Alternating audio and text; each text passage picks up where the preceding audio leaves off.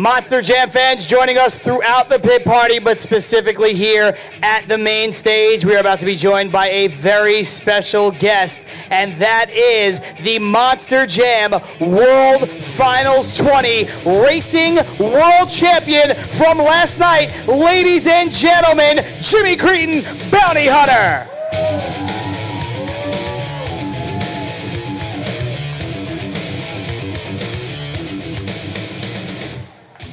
Jimmy, the first thing I've got to say to you is congratulations. Wow. I know I saw the emotion. I was in the building, just like a lot of these guys. I was sitting in the stands watching it as a fan. We saw what was going on in your mind then.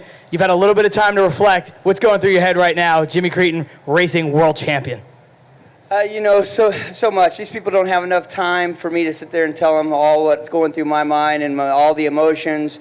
I can sum it up by saying I've 18 years of people coming on freestyle day and saying, well, there's always next year. You'll get them next year. And finally they're coming by and saying congratulations. The history here, you only used to be 16 trucks. And then they went to 24, then they went to 32, and then everybody started getting so much better. The odds of winning racing was slowly slipping away. And to come back in Orlando and to win this, I mean, the team really, really needed it. We needed to show that we could still compete. The last 3 years, we had some problems. We lost first round, I think the last 3 years in a row. Go out and win, like 2 of those 3 years, went out and broke right away and freestyle.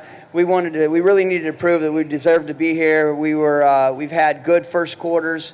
We worked really hard to make sure that we got back here, but we not only wanted to get back here, we wanted to contribute to a really good show and be a part, whether win or lose or draw. We wanted to be a part of these fans seeing a good show, and we felt like we fell short the last 3 years, and finally for this win was amazing. It was needed, and I listened to you guys talk up here yesterday with Todd, and being one of the few, Todd was one of the few people to always win the racing and win the freestyle. There's only probably about 6 people that's ever done it.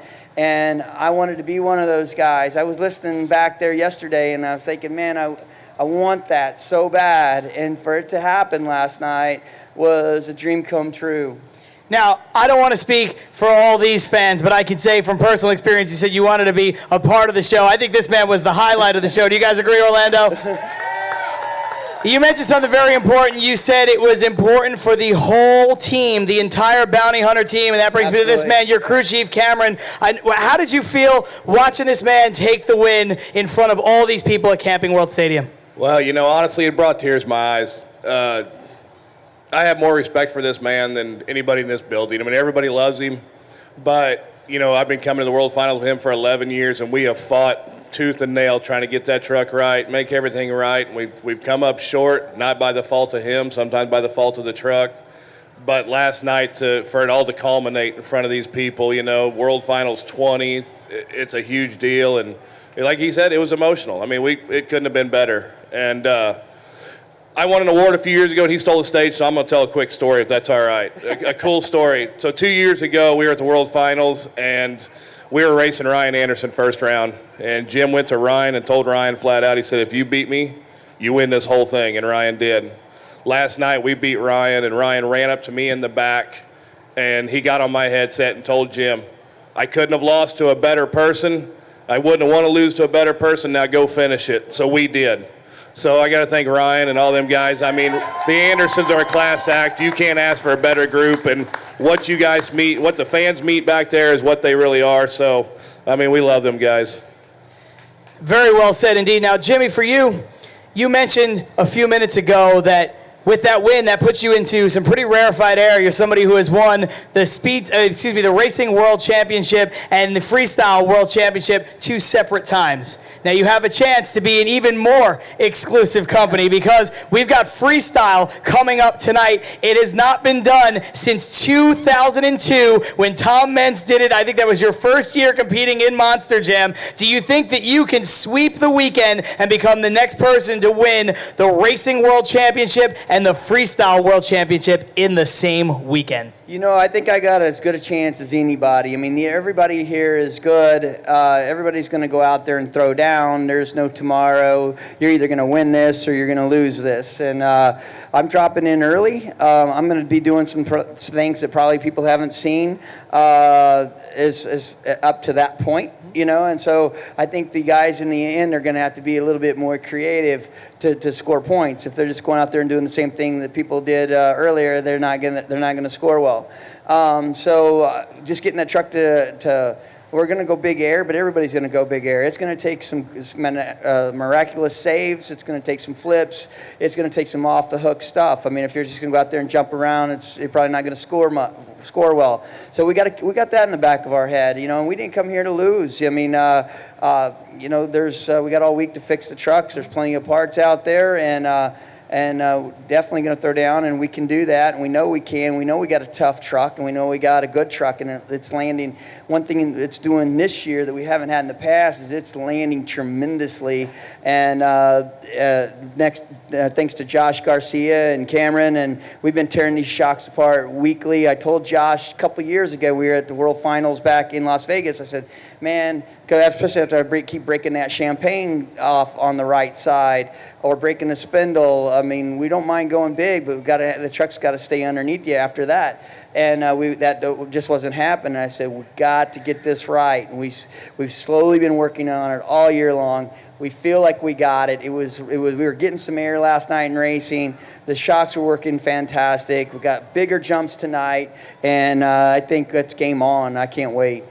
Now, Jimmy mentioned that he is running early. He's actually going to be 4th out in freestyle, Monster Jam fans, so you're going to want to keep that in mind. I'm just going to ask you, because you've been around this game a long time, 18 plus years. There's a lot of fans that have been to each and every single World Finals that you've been a part of, and they've been right along there with you. So now that you are the racing world champion, do you have a message to the people that have been following you for your entire career? You know, I actually do. I mean, some of these people that are coming up today and seeing me out there taking pictures with the trophy, I think sometimes they're more emotional than I am, and I know what's inside me. You know, they felt it when I lost before. You know, and I wear everything on my sleeve. I mean, and my wife actually hates that, by the way. You know, I actually I know people, if you know where I qualified second to last.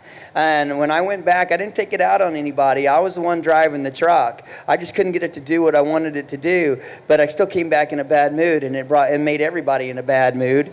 And my wife doesn't take that well either. If I'm going to put her in a bad mood, she's definitely going to make sure everybody's bad.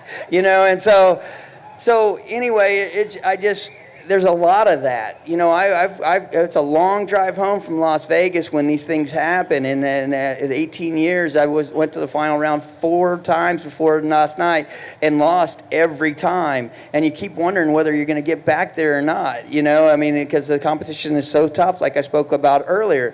And we finally made it back. We finally finished the job. And to you guys that support us all over the place, you know, I ask them where they're at. Oh, we live in San Diego, or we were from Canada, or you know, guess what? I'm coming there. I'm coming there next week. I'm coming there in July. I mean, come see us. And you know, and there's always good times and there's sad times, but the sad times make the good times good. And definitely, this is you know, people come and ask me how I'm doing today. I couldn't be any happier right now. I mean, I didn't say it last night, but I want to make sure, since I got the microphone, I know everybody does it up here, but I couldn't do it without my crew.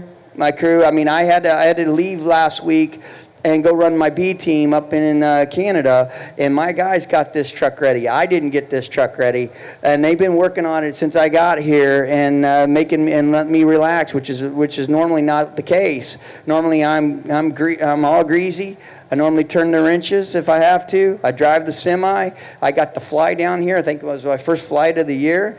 And this truck was ready. And I don't know if you heard that motor last night, but she seems like she was, I mean, it was purring. And that's something that's also, a crapshoot when you're coming to sea level. A lot of times if you're too lean, you start blowing, when you're in that long stretch, you're going to blow holes in things. And then that's really going to make you go backwards. But everything was on kill last night. Hats off to those guys, but I also want to thank my family who have to deal with my emotional roller coaster self, because it's, my wife says I have like 9 personalities and she only likes not even one of them, but anyway, she has to deal with me night and day. Thanks, Dawn. This business brings out every emotion that you can possibly imagine, good and bad, but I wouldn't trade it for the world. We dedicated our lives to it. This is my 24th year of doing 60 shows a year. I never quit. I never quit, and I don't plan on quitting. Another short little story. My wife said last night, "Okay, now we can retire." I go. Okay, well, as soon as those checks start showing up in the mailbox, I guess we can. I go, I don't think that'll ever happen. I'll be the first 70-year-old trying to get in a monster truck or something like that. But it's not happening anytime soon. This gave us the confidence to know that we're on track last night, that we can still throw down with the best in the business, and I mean only the best in the business are here at Monster Jam, and you guys are in the right place at the right show to see it all go down. That is absolutely true. The best in the world here at World Finals. But this man to my left last night was the best among them. He is a testament to perseverance. And like he said, he is only just getting started. Ladies and gentlemen, let's get a nice big round of applause one more time for your World Finals 20 Racing World Champion, Jimmy Creten, Bounty Hunter. Congratulations, Jim. Thanks so much, fans. I mean, just come by. I'm going to be signing autographs up there. I want to meet every one of you if I haven't already.